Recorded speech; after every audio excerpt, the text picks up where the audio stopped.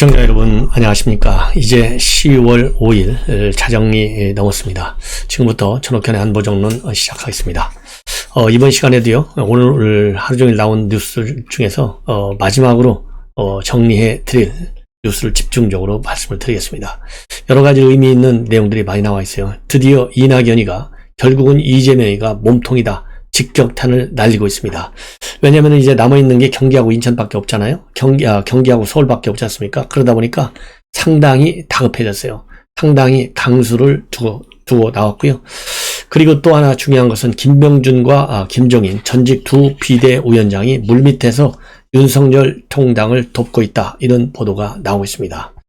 자, 그리고요, 지금 이제 여러분들 그 유명한 아주 여성들 중에서 입심이 센 분들 몇 분 있죠. 이현주 전 의원, 그 다음에 달림은 영창으로 해서 일약 유명세를 날린 김소영 변호사, 그 다음에는 이제 전여옥 전 의원, 이런들도요, 일제히 중요 현안과 관련해서 입장문을 냈습니다. 특히 이재명과 관련해서요, 권경혜 변호사도 또 한마디 하고 있고요. 김기현 원내대표 아주 센 일격을 이재명한테 가하고 있어요. 그리고 또 지금 미국으로 도망가 있는 남욱 처음으로 입을 열었습니다. 그래서 이러한 뉴스를 집중적으로 분석을 해드리도록 하겠습니다. 먼저요, 이 본론으로 들어가기 전에 지금 우리 국민 모두가 여론조사 신뢰성 여부를 떠나서 일단 여론조사 웬만한 기관에서 하면은 굉장히 관심이 많아요. 그렇기 때문에 지금 이 시간에도요, 이 리서치 뷰에서 실시한 여론조사 한 달에 한 번 하는데 9월달 여론조사 결과가 조금 전에 보도가 됐습니다. 그래서 이 리서치 뷰 여론조사를 결과를 여러분들께 분석해 드리겠습니다. 다만 여기서는요, 이 양자 대결 구도와 관련된 여론조사는 없습니다. 참고하십시오. 먼저 대통령의 대통령의 지지율을 보면요, 긍정이 43, 부정이 55입니다. 그리고 정당 지지율을 보면 민주당이 39, 그리고 국민의힘이 42입니다. 정의당이 3, 그리고 국민의당 안철수 그게 1%입니다. 그리고 열린민주당 최강욱 거 2%입니다. 그 다음에요, 이 다자구도로 봤을 때 민주 후보만 이렇게 놓고 봤을 때 여기서 다자구도 조사도 이 여론조사에서는 빠져 있어요. 이재명이 34, 그리고 이낙연이 28, 박용진이가 5, 추미애가 4입니다. 그리고 국민의힘 후보들을 보면 홍준표가 29입니다. 그리고 윤석열은 26이고, 그 다음에 유승민이가 12, 원희룡이가 3, 최재형, 그 다음에 하태경, 그 다음에 황교안, 이런 후보들이 2입니다. 그리고 상세한 것은 잠시 후에 말씀을 드릴게요. 그리고 정권 교체 지지율이 52, 정권 연장은 38, 그래서 14%포인트 차이가 납니다. 그리고 내년 대선에 꼭 투표하겠다는 층이 무려 76%입니다. 그리고 매우 중요한 또 이 지표 중에 하나인데, 이제는요, 지난 탄핵 국면에서는 진보가 보수보다 많았어요. 그런데 지금 이 리서치 뷰 조사 결과를 보면요, 이 보수가 지금 제일 넓어요. 보수가 40%, 그리고 진보라고 하는 사람이 37%입니다. 그리고 중도가 20%예요. 그래서 40, 37, 20 이렇게 이 정치적인 성향층이, 이념층이 좀 세분화됐는데, 보수가 진보보다 3% 정도 많다는 말씀이고요. 중도 20%가 쉽게 얘기해서 이번 선거 당락을 결정하는 중요한 계층이 바로 중도층 20%에 있다. 이거를 꼭 여러분들께서 기억해 두시면 좋을 것 같습니다. 자, 그러면은요, 다른 거는 이 민주당 이런 거 다 분석할 필요 없고 게임이 끝났으니까 우리 국민의힘 대권 주자, 왜냐면 이제 곧 경선 결과가 발표되잖아요. 그렇기 때문에 국민의힘 대권 주자들을 보면 조금 전에 말씀드린 대로 홍준표가 29고 윤석열이가 26이에요. 그래서 이 두 사람만 비교하겠습니다. 왜냐하면 유승민까지, 어차피 유승민 3등 아주 고정 10% 살짝 넘어가잖아요. 의미가 없어요. 그래서 이 홍준표와 윤석열만 좀 세부적인 디테일 이 항목별로 나눠서 말씀을 드릴게요. 우선 전체적으로 보면 29대 26인데 성별로 보면요, 홍준표는 남성에서 이겨요. 39대 25. 그리고 윤석열은 여성이 앞섭니다. 20대 26. 그 다음에 이제 연령별로 하면요, 20대 30대 그리고 40대까지 홍준표가 앞섭니다. 44대 9, 37대 15, 27대 20 이렇게 앞서고요. 그 다음에 50, 60, 70대는 윤석열이가 앞섭니다. 비율을 보면 윤석열을 먼저 말씀드릴게요. 35대 27 그리고 38대 24 70대는 40대 15입니다. 자, 그 다음에는요, 이제 권역별, 지역별로, 이 권역별로 비교해 드리면, 홍준표가 먼저입니다. 서울의 경우에는 32대 28. 그러니까 지역별로 보면요, 쉽게 얘기해서, 이 TK 지역하고 강원, 제주를 빼놓고는 전부 다 홍준표가 우세예요. 그거를 먼저 깔고요. TK and 강원, 제주. 자, 그러면 서울에서는 홍준표가 32, 윤석열 28. 그 다음에 경기 인천에서, 윤석열이가, 그러니까 윤석열이가요, 이 경기 인천, TK, 강원, 제주 이 세 군데서 앞섭니다. 경기 인천에서는 홍준표가 27, 윤석열이 28. 그 다음에 충청권에서 홍준표가 앞서네요. 이거 이상한데. 30대 27. 다른 여론조사에서는 충청에서는요, 거의 윤석열이 충청 대망론 때문에 앞서는데, 여기 리서치표는 홍준표가 앞서는군요. 30대 27입니다.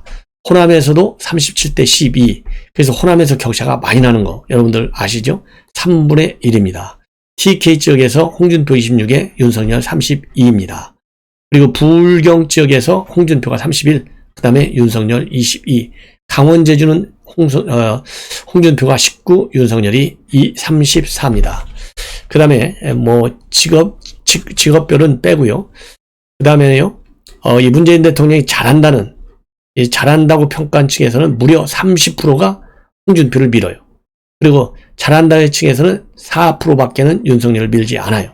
그리고 참고로 이 대목은 유승민이를 문재인 대통령 긍정 평가층에서 23%. 그러니까 문재인을 좋아하는 사람들은 홍준표 쪽으로 지지가 30, 유승민 쪽으로 23인데 비해서 윤석열 쪽으로는 4밖에 되지 않아요. 그러니까 이게 얼마나 역선택 가능성이 크냐, 이 대목에서.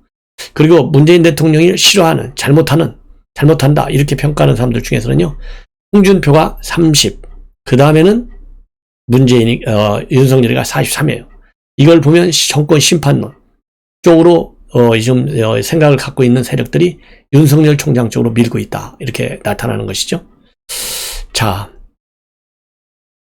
그 다음에 이제 이 학력을 구별한다는 건 사실상 의미가 없는데, 그래도요, 이 학력, 그러니까 4년대 대학생 층에서, 그리고 대학원 졸업생 이상 층에서는 홍준표가 앞섭니다. 그리고 2, 3년대 대학에서는 윤석열이 앞서고요. 고등학교도 윤석열이 앞섭니다. 예. 그리고 경제적 수준에 따라서 보면 중상층 이상은 홍준표하고 윤석열하고 아주 접전 28대 29. 그러니까 홍준표가 28, 윤석열이 29입니다. 그 다음에 중간층이라고 하는 사람들은, 그리고 중하층이라고 하는 사람들은 홍준표가 앞서요. 그리고 아예 하층은 홍준표하고 윤석열이 똑같아, 24. 잘 모르겠다는 홍준표 쪽이 26, 윤석열 쪽이 19입니다. 그 다음에 정치적인 성향을 놓고 보면 보수라고 하는 사람들은요, 윤석열 쪽으로가 42, 홍준표 쪽으로가 31입니다. 그리고 진보라고 하는 사람들은 홍준표가 32, 윤석열이 9입니다. 이 대목도 그러니까 외연 또는 외연의 확장 또는 역선택, 이 두 가지 해석이 가능한 층이죠. 그 다음에 중도층에서는 빡빡하게 맞서요. 홍준표가 26, 그리고 윤석열이 25입니다. 자, 이렇게 해서 이제 국민의 후보만 가지고 여러분들께 평가해 드렸습니다. 나머지는 복잡하기만 하니까요. 이렇게 해서 이 여론조사 결과는 마무리를 짓고요. 자, 그 다음에 오늘 이제 당원들과 가지고요. 윤석열이 후보가 얘기한 것 가지고 오늘 난리가 났어요.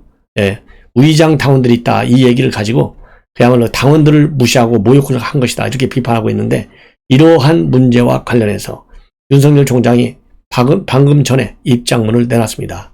한마디로 얘기해서요, 민주당에 휘둘리지 않고 오직 정권 교체를 위해서 싸우겠다, 이런 강한 결기를 밝혔어요. 그래서 지난 전당대회에서 이준석 대표님의 당선과 이후 계속된 당원 배가 운동의 효과로 우리 당의 젊은 당원들이 대거 가입했다. 이를 포함해서 정권 교체를 열망한 국민들께서 무려 27만 명이 가입해 주셨습니다. 저는 지난 금요일 이러한 당원 증가의 의미를 뜻깊게 여기고 신규 당원분들과 함께 원팀으로 정권교체의 길에 나서겠다는 말씀을 공개적으로 드린 바 있습니다. 민주당 정권은 정권 유지를 위해서라면 어떤 일도 가리지 않습니다. 대장동 사건도 전면 부인하고 제대로 수사도 하지 않고 여론을 호도합니다. 일부에서는 조직적으로 우리 당 경선에 개입하고자 하는 시도가 있다는 얘기도 들려옵니다. 그렇기에 제가 오늘 부산 당원 동지들을 뵙는 자리에서 국민과 당원들이 민주당의 정치 공작에 경각심을 가지고 똘똘 뭉쳐야 한다는 말씀을 드린 것입니다. 그럼에도 불구하고 어떻게든 제 발언의 의도를 왜곡하며 공격하여 반사 이익을 누리려는 분들이 있어서 유감스럽습니다. 국민과 당원들은 누가 민주당 정권과 맞서 싸우는지, 누가 민주당이 가장 두려워하는 사람인지, 그리고 반면에 누가 민주당 대신 같은 야당 후보 비판에만 급급한지 지켜보고 있습니다. 우리 당에 새로 가입하신 당원분들의 정권 교체 열망을 받들겠습니다.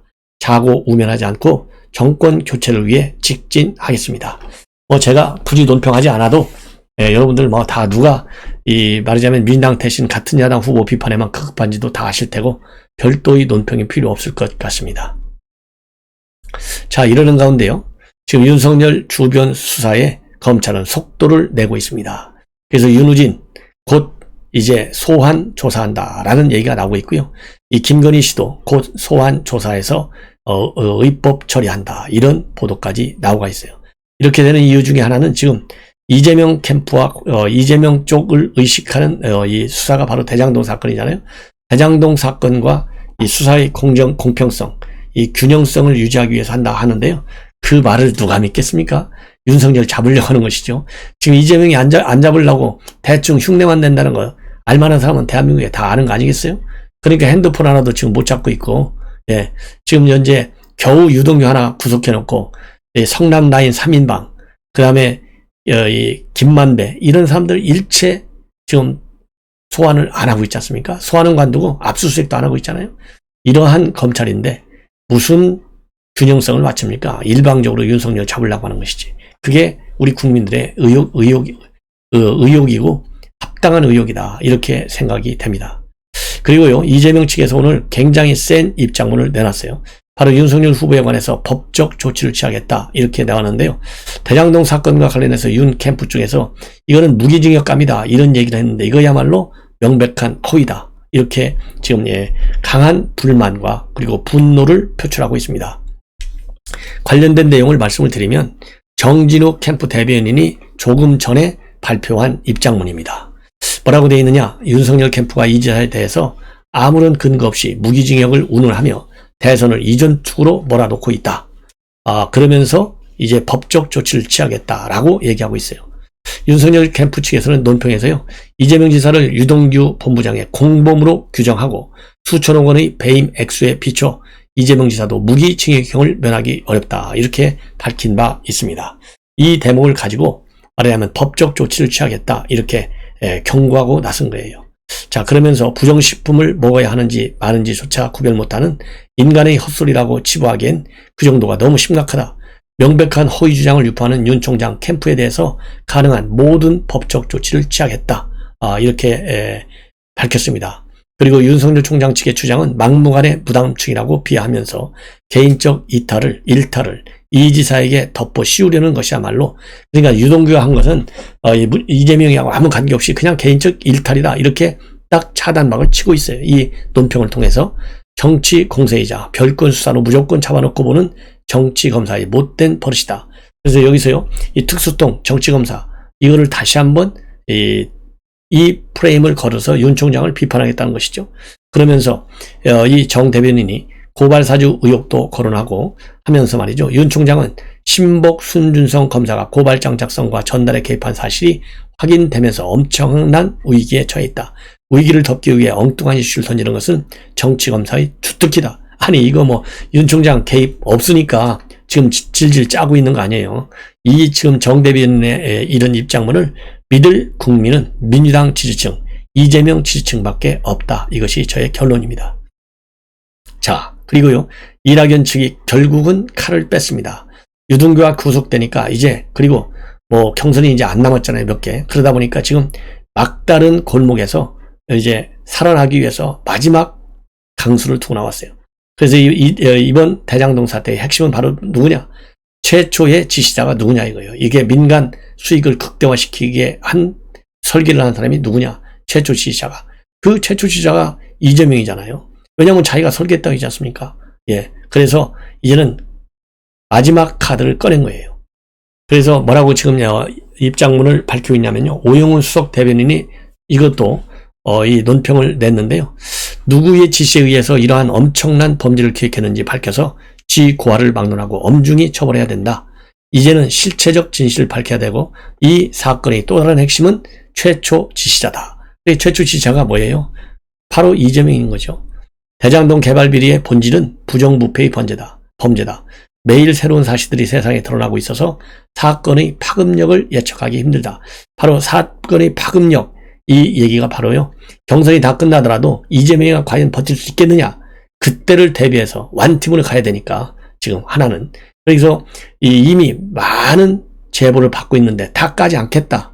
진실을 만약에 이낙연 측에서 깐다면 다 말하자면 몰살하는 것이죠. 쉽게 얘기해서. 그래서 안 까겠다 이거예요. 다 붕괴되니까. 이미 어제도 신경민이가 그렇게 얘기했잖아요. 진실 밝히기가 두렵다고 얘기했지 않습니까? 이거 똑같아요. 그래서 이제 한 단계 더 나가서 진실 밝히기가 참 두렵다 했는데 오늘 드디어 오영훈 수석 대변인을 통해서 최초 지시자가 문제의 핵심 인물이다. 이재명이가 몸통이다. 이렇게 하고 있는 거예요.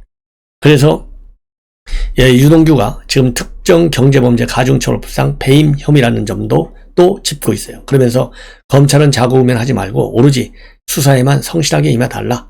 국민과 당원은 이 개발비리 사건의 판도라 상자가 열리길 기다리고 있다. 그러니까 까라 이거요. 제대로 이재명에 수사하라. 이렇게 검찰을 압박하는 메시지입니다. 그리고 검찰은 사건의 진실을 명명백백히 발표, 다시는 재발하지 않도록 해야 한다. 이것이야말로 무너진 정의와 공정을 바로 세우는 일이다. 예.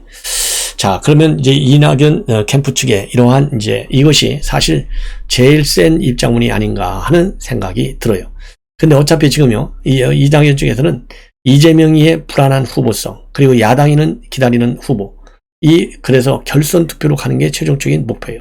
물론 현재 20만 표 이상 차이가 나기 때문에 역전 가능성은 굉장히 낮지만 그래도 이재명이가 결국은 직접 연루된 것으로 수사가 방향을 틀 경우에는 경선판이 요동칠 수 있다. 이런 경우에 대비해서 지금 이제 최초 지시자가 모든 책임이 있다. 이렇게 밝히고 있는 겁니다.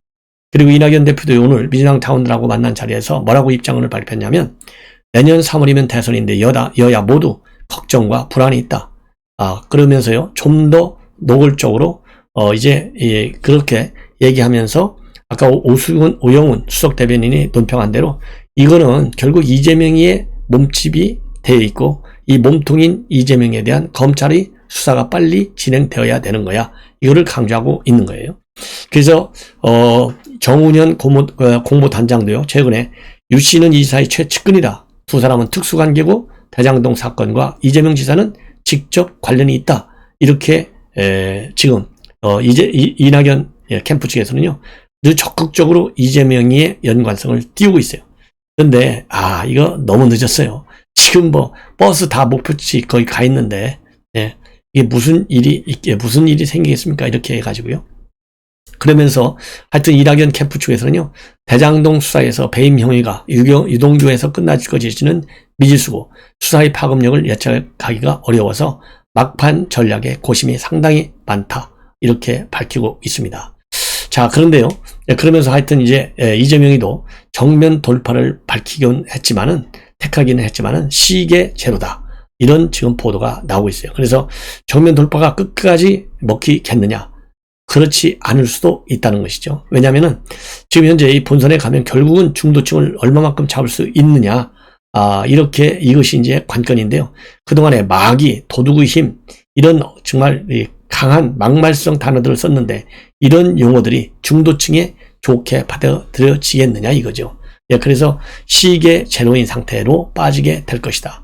그럼에도 불구하고 말이죠. 이제 이재명 캠프는 지금요. 사실상 경선은 끝났다. 그러면서 자화자찬, 축제 분위기에 빠져 있다라는 지금 보도도 나오고 있습니다. 김칫국 먼저 맞으면 어떻게 되는 거죠? 결국 김칫국 못 먹죠. 자, 이렇게 해서요.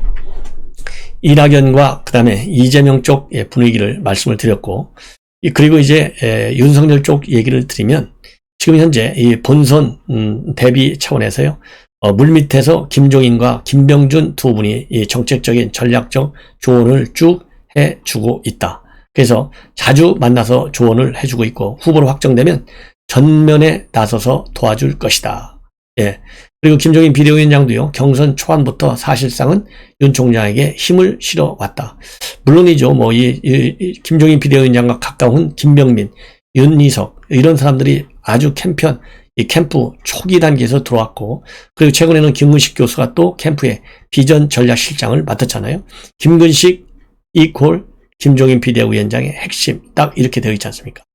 그래서 이 김근식 교수도요, 최근 통화에서 김종인 비대위원장이 윤 총장을 도와라, 이렇게 얘기해서 캠프에 들어갔다. 이렇게 지금 밝혀지고 있고요. 그리고 김종인 비대위원장은 재보선 후에 왜 당에서 바로 나왔는지 생각해보면 다시 들어간다는 걸 상상할 수 없다. 별 흥미가 없다. 그래서 당에서의 어떤 뭐 선대위원장이라든가 이런 걸 맡는 것은 상당히 좀 선을 긋고 있는 걸로 알려지고 있고요. 그 다음에 김병준 비대위원장도 윤 총장의 잠재력을 일찍이 눈여겨보고 직간접적인 조언을 아끼지 않고 있는 것으로 알려지고 있고요. 그 다음에는 이 캠프를 이끌어달라, 이런 요청을 윤 총장으로부터 계속 받지만은 정책과 공약 개발 과정에서 권력개혁 또는 행정운영, 이러한 이 논리적 초대를 제공하고 있는 것으로 그렇게 알려지고 있습니다. 자, 그리고요, 우리 야권이 건강했으면 좋겠다는 취지로 고민해온 것은 맞다. 그리고 어떻게 됐든지 간에 민주당의 집권을 막아야 한다는 차원에서 누구든 돕겠다, 이런 원론적 입장을 밝히고 있고요. 근데 이 두 사람 다 공개적으로 캠프에서 공동 선대위원장을 맡을 가능성은 크지 않다, 이런 관측이 나오고 있습니다. 왜 그러냐면 원인이 여러 가지가 있지만요, 두 사람 사이가 그렇게 우호적이지 않다. 그래서 지금 선대위 출범을 미루고 일단 권성동 의원이 선대본부장격인 종합지원본부장을 맡아서 경선을 마무리하기로 그렇게 지금 캠프의 방향이 정리되어 가고 있다, 이렇게 지금 알려지고 있습니다. 자, 이제 남욱 변호사, 지금 뭐 미국에 도망가 있죠. 근데 남욱 변호사, 이거는 YTN이 단독으로 보도하고 있는 내용입니다. 이 최근에 말이죠, 서울의 일시 귀국했다가 다시 빠져나간 것으로 되어 있어요. 자, 이것만 보더라도요, 이 검찰의 이 허점, 구멍이 얼마나 큰지 여러분들이 짐작하고도 남는다. 예. 이런 사람은 서울에 들어왔을 때 바로 체포했어야죠. 예. 왜냐면 지금 핵심 3인방 할 때 남욱, 그 다음에 김만배, 그 다음에 유동규, 이런 사람들 아니에요? 그런데 이 사람이 들어왔다 나가게 놔둔다? 이거 법적인 책임을 추궁해야 돼요. 그래서 YTN이 보도한 내용에 따르면요, 이 남욱하고 아주 가까우면서 대장동 개발 사업에 적극 참여하고 있는 A씨라는 사람한테 남 변호사가 전화를 걸어왔대요. 근데 이 A라고 하는 사람은 남 변호사하고도 남 변호사의 굉장한 측근이라고 합니다. 제가 보기에는요, 이 지금 현재 A씨, 이거 뭐 잘못하면 또 이거 뭐 허위사실 명예훼손에 걸릴 수 있을 텐데, 이 사람이 000 변호사일 가능성이 많아요. 이 000은 최근에 검찰의 소환 조사를 받았어요. 왜냐하면 이 000이라는 변호사가 대장동 개발 사업에 참여한 아주 핵심 인사 중에 한 사람이잖아요. 그리고 남 변호사의 측근으로 알려져 있지 않습니까? 그래서 한 2주 전쯤에 전화를 걸어왔다는 거예요. 이 정도면 여러분들도 대충 누군지 아실 거예요. 예. 그래서 이 사람이 YTN하고 인터뷰에서 통화 내용 일부를 공개했는데, 남 변호사가 뭐라고 얘기했느냐? 김만배 씨를 만배 형이라고 지칭하면서요, 만배 형이 무슨 짓을 했는지는 모르겠다, 도대체 왜 저랬을까, 이런 얘기를 했다고 합니다. 그리고 이번 사건으로 시끄러울 수밖에 없을 거다, 이렇게 하면서요, 잘못하지 않고의 문제가 아니다, 뭐가 어디로 튈지 모르는 상황이다. 예, 뭐가 어디로 튈지 모르는 상황이다. 이 얘기는 결국 뭐겠어요? 이거 이재명까지 갈지도 모른다, 이런 얘기로밖에는 들리지 않아요, 제 상황이. 왜냐하면 뭐 유동규, 김만배, 정용학, 남욱 본인, 그리고 그 밑에 이재명이의 뭐 이 정진상 비서관, 그 다음에 김용 대변인, 그 다음에 김난준, 이런 사람들 이미 뭐 성남 라인 3인방, 그 다음에 핵심 4인방 다 보도가 된 사람들이잖아요. 그런데 이재명이만 지금 거론을 직접적으로 안 하잖아요. 우리 야당에서만 이재명이 몸통이야, 책임져야 돼 하다가 지금 오늘 처음으로 이낙연이가 최초 지시자 책임져, 이렇게 나왔지 않습니까? 그렇기 때문에 어디로 튈지 모른다. 이 얘기는 결국 이재명한테 튈지도 모르겠다. 이 얘기나 똑같아요. 제가 보기에는. 그리고 이게 통화가 이루어진 시점은요. 지금 경찰이 금융정보원으로부터 화천대유 수상한 자금 470여 원, 이 통보를 받은 사실이 최근에 공개가 돼가지고 하나씩 김만배 소환하고 뭐 이 조사에 들어갔잖아요. 요때라는 거예요. 그러니까 2주 전이니까 추석 때쯤에서 들어온 거예요. 왜냐면 오늘이 지금 10월, 이제 날짜상은 5일이지만 2주 전이면 14일 빼면 추석이잖아요. 추석 때 슬쩍 들어왔다 나갔어요. 예. 그러면서 통화 당시에 어떤 전화로 왔느냐. 예전에 나무기가 쓰던 전화번호로 걸려왔다는 거예요. 그러니까 전화가 쫙 걸려오니까 나무 딱 떴을 거 아니에요. 이걸 보면 들어왔다가 다시 미국으로 나갔다는 겁니다. 예. 그래서 대장동 특혜 의혹이 제기된 이후에 남욱 변호사의 입장이 대외적으로 알려진 것은 이번이 처음입니다. 자, 그러니까 미국에 도피했다가 들어올 정도 들어와서 전화를 할 건 정도 된다. 그리고 YTN에서 측근이다. 그리고 대장동 개발 사업을 하고 있다. 여기에 관여한 사람이다. 그러면 000 변호사 딱 나오잖아요. 그렇잖아요. 뭐 딱 떨어지죠. 예. 이 소환 조사를 받았잖아요. 검찰한테 참고인으로. 그러니까 이 사람하고 통화를 해야 나무기도 와가지고 이 검찰 수사가 어떻게 돌아가는지 다 듣고 거기에 대비할 거 아니에요. 그러니까 뭐 바로 또 도망간 것이죠. 참 기가 막힌 꼴이 되는 거예요. 자, 그리고요 박영수 인척 대표, 즉 대장동 분양 대행사의 대표 회사 회계 감사를 했는데요. 그야말로 회계 감사가 엉터리라는 거예요. 그래서 회계 감사를 하면 적정 의견이 있고요, 부적정 의견, 한정 의견, 의견 거절, 이 네 가지가 있는데 이 어떤 의견을 받았느냐? 바로 의견 거절이라는 평가를 받았대요. 이 정도가 되면요 상장 폐지 사유에 해당된다고 합니다. 특히 의견 거절은 언제 나오느냐? 피감업체에서 재정 및 경영사의 자료 제출과 답변을 거부하는 등 업체의 운영이 매우 불투명할 경우에 나온다는 거예요. 그러면서 이 보고서를 보면 감사를 맡은 회계의 법인이 뭐라고 결론을 내고 있느냐? 재무제표에 대한 충분하고 적합한 감사 증거를 입수할 수 없었다. 감사 실시에 필요한 주요 자료들을 받지 못했다. 그래서 이 A라는 이 회사, 즉 분양 대행 업체가 감사 자체를 회피한 듯한 정황이 포착이 됐다는 거예요. 그리고 A사는 2019년도 감사 보고서에서도요 한정 의견을 받았다고 합니다. 그러니까 19년도, 20년도 계속, 왜냐하면 이게 실체가 헷갈리잖아요. 통상적으로 일어날 수 없는 일이 일어나는 거잖아요.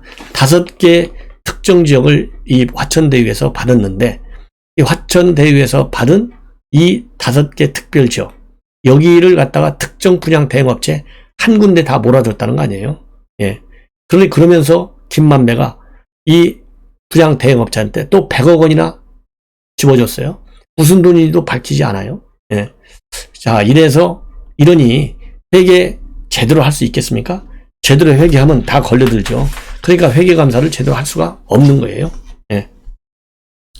자, 이제는요, 우선 단림영창 김수현, 이 정치 깡패 소탕했던 이 박정희 대통령 같은 분이 나와야 한다. 지금 이 대장동 사태를 보면 이런 얘기를 지금 하고 있어요. 예.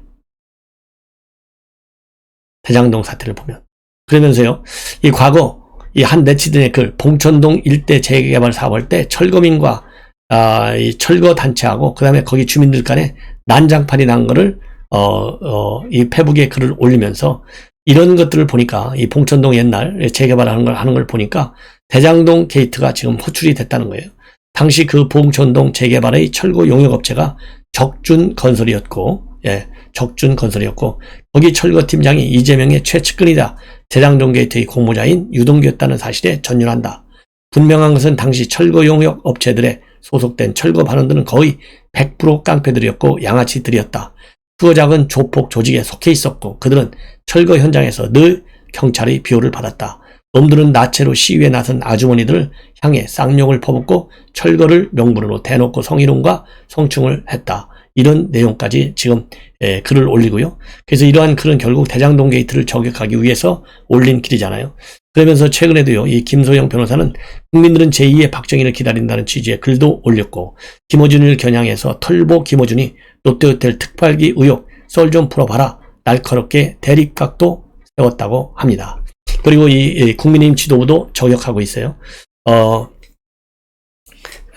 그래서 지금 이제 대선 주자들도 또 저격하고 있어요. 대선 주자들은 중도니 우아한 정치니 뭐니 헛소리 집어치우고 국민들은 여야를 막론하고 정치권에 깊이 뿌리내린 정치 양아치들을 척결하고 정치 깔패들과 맞짱 떠서 진정 국민들의 삶을 지원하고 국가 발전을 견인할 제2의 박정희를 기다린다는 사실을 분명히 알아라. 본래 김소영 변호사가요, 이 용어, 이 워딩이 상당히 강합니다. 예, 강해. 자, 그리고요, 이제 이현주도 이재명이를 직격하고 있습니다. 삥 뜯으면서 공익환수라고 말장난이나 이건 사기다. 네, 그러면서요, 이재명 지사의 공익환수 주장은 사기, 실상은 개발업자의 폭리에 가담하고 삥 뜯은 조폭이었다. 멀쩡한 성남 원주민 쫓아내고 다른 입주민들 모집해서 땅 장사, 집 장사 한 것이다. 마치 불법 영업을 망봐주고 수수료를 뜯는 자신들이 질서를 지키고 있다며 큰소리치는 조폭이나 다름없다. 이렇게 일격을 가하고 있습니다. 그리고 이제 김기현 원내대표, 지금 뭐 시간이 좀 길게 늘어졌는데요. 김기현 원내대표도 빨리 이재명 자택과 집무실을 압수수색하라. 이렇게 강하게 지금 내치고 있습니다. 예.